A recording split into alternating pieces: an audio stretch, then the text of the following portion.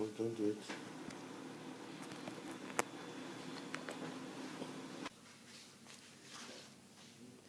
This is the teaching around paradox. So the Torah opens with the verse, Bereshit bara Elokim et hashamayim. In the beginning God created and then it goes on, what God is creating, the heavens. And this word, the fourth word of the Torah, it has no direct meaning. It's translated as pointing to a direct object, something that we don't have in English. So in a way, this word itself actually means nothing, just to point it to something else. But if you look at the word it has an aleph and a taf, the first and last letters of the alphabet, and in some ways is considered to encompass all letters and all words.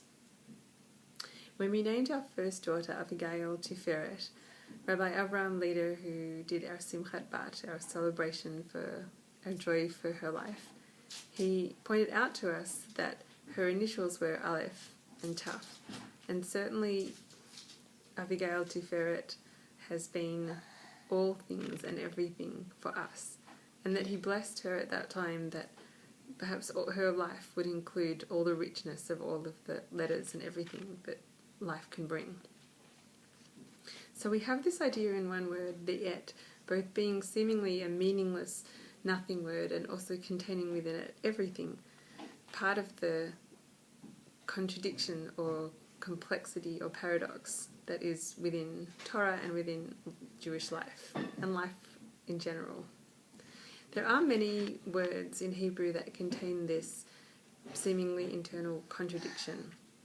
The letters Yud, Chaf, and Daled, Yud, Chet, Daled, both mean Yachad, togetherness, and Yichud, aloneness, and Yachid, being the only one. We have this idea that when you are together with people, you can still feel alone, and that ultimately, even when you feel alone, there's always a sense of togetherness. We also have Ayin Lamed Mem, the letters that make up the word Olam, which means the whole world. They also are the letters of Le'alem, which is to disappear, and Le'olam, forever. So we have a concept of the whole world is connected to the idea of something that is here and will ultimately disappear, or that goes in and out of existence, and that this process lasts forever. You also see this in the root for Shin Vet Resh, Shavar, that something could be broken, but also Yosef is Shever, meaning distributing or giving, making something whole, and we also have being broken. There's a wholeness in being broken and a brokenness in the whole. One of the Torah portions, Parashat Chukat, also has a paradox contained within it, the red heifer. This is an animal that needed to be sacrificed, and then those who touched it became pure, and when you touched it you became pure, and you can also, the ashes can also be used to purify, but when you touched it you became impure. So the same material causing opposite interaction, opposite states of being, both pure and impure. How can we understand the paradoxes?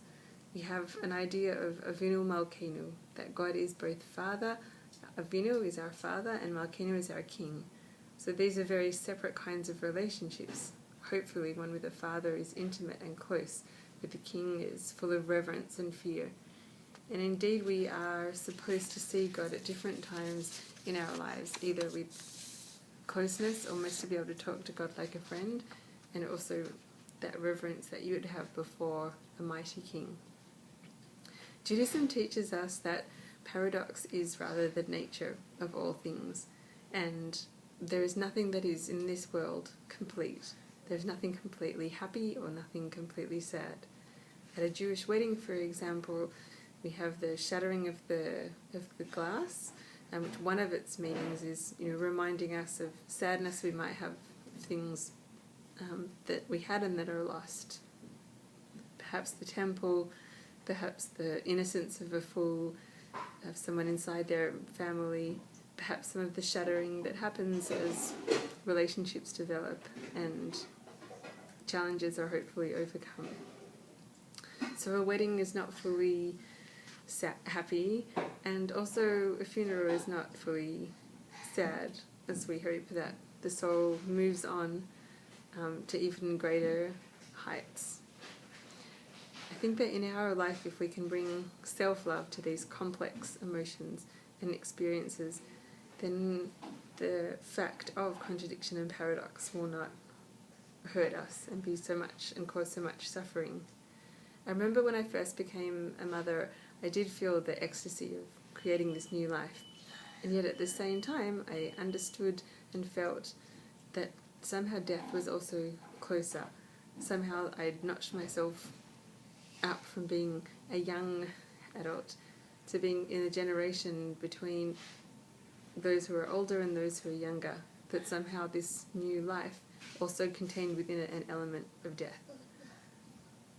So yes, paradox, contradiction, complexity, if we can make peace with that, then perhaps we will understand that it is also part of life.